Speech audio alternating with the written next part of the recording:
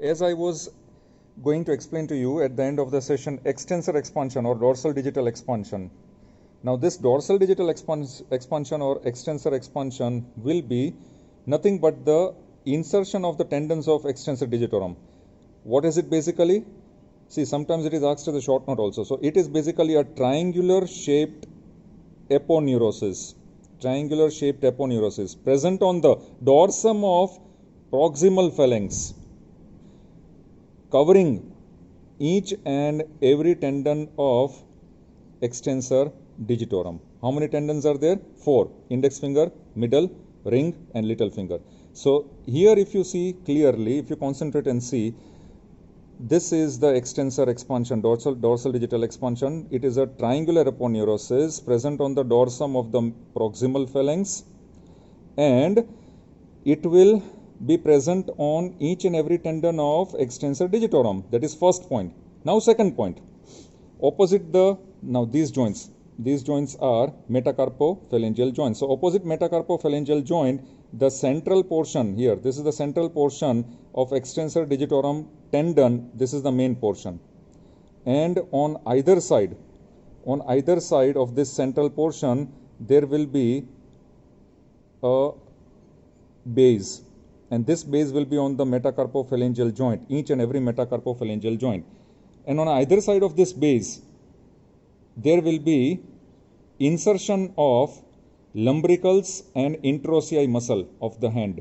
So lumbricals and introosei muscle will be inserted on the posterolateral corners of the base of extensor expansion, and they are called wing tendons. Now further if we trace this central tendon, as it is going, central tendon, that is the extensor digitorum tendon, it will split into 3 segments. Where exactly it will split? It will split opposite the proximal interphalangeal joint. Now there are 2 interphalangeal joints, proximal and distal. So opposite the proximal interphalangeal joint, this tendon will split into 2 parts, one central and 2 on either side lateral. See here, these 2 are lateral, 1 and 2, and this is the central portion. So this central portion, the central tendon will be inserted, it will go further, and it will be inserted in the dorsum of the base of middle phalanx. What about the other 2? The other 2 tendons, collateral tendons, this other 2, they will receive expansion from the posterolateral corners of extensor digitorum or extensor expansion, and these 2 lateral tendons will join with each other, and here at the dorsum of the base of distal phalanx, after joining these 2 collateral tendons joining with each other, they are inserted on the dorsum of base of distal phalanx.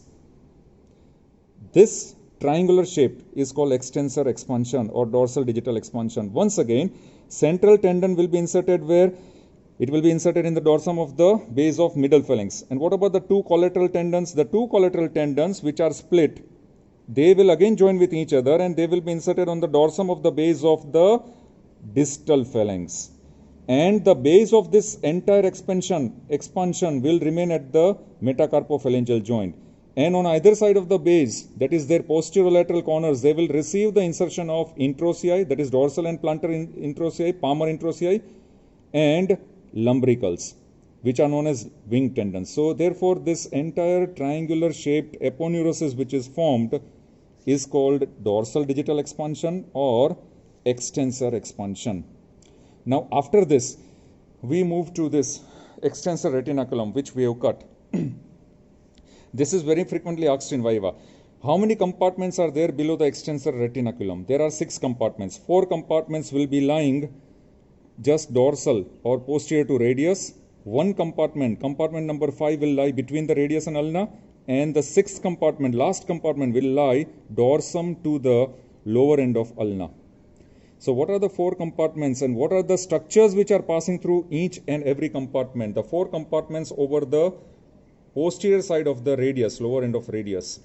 5th compartment in between radius ulna, and 6th compartment over the posterior side of the lower end of ulna. So altogether 1, 2, 3, 4, 5, 6 compartment. Now we have to remember like this.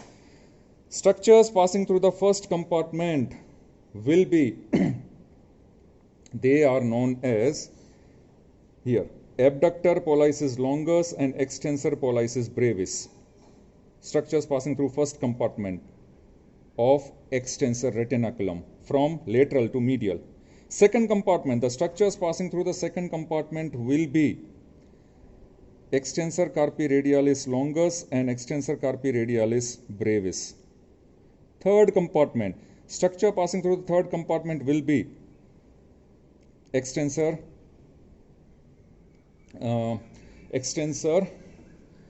pollicis longus, this one. Fourth compartment, structures passing through fourth compartment, extensor digitorum as well as extensor indicis together. Extensor digitorum and extensor indicis. 4 compartments are over. Fifth compartment, structure passing through the fifth compartment, you are able to see this tendon and this is the muscle which I am holding. So therefore, structure passing through the fifth compartment will be extensor digiti minimi, and it will be always between the radius and ulna.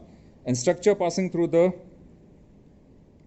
sixth compartment, last compartment, that will be posterior to the lower end of ulna. This is extensor carpi ulnaris. So once again I'll repeat.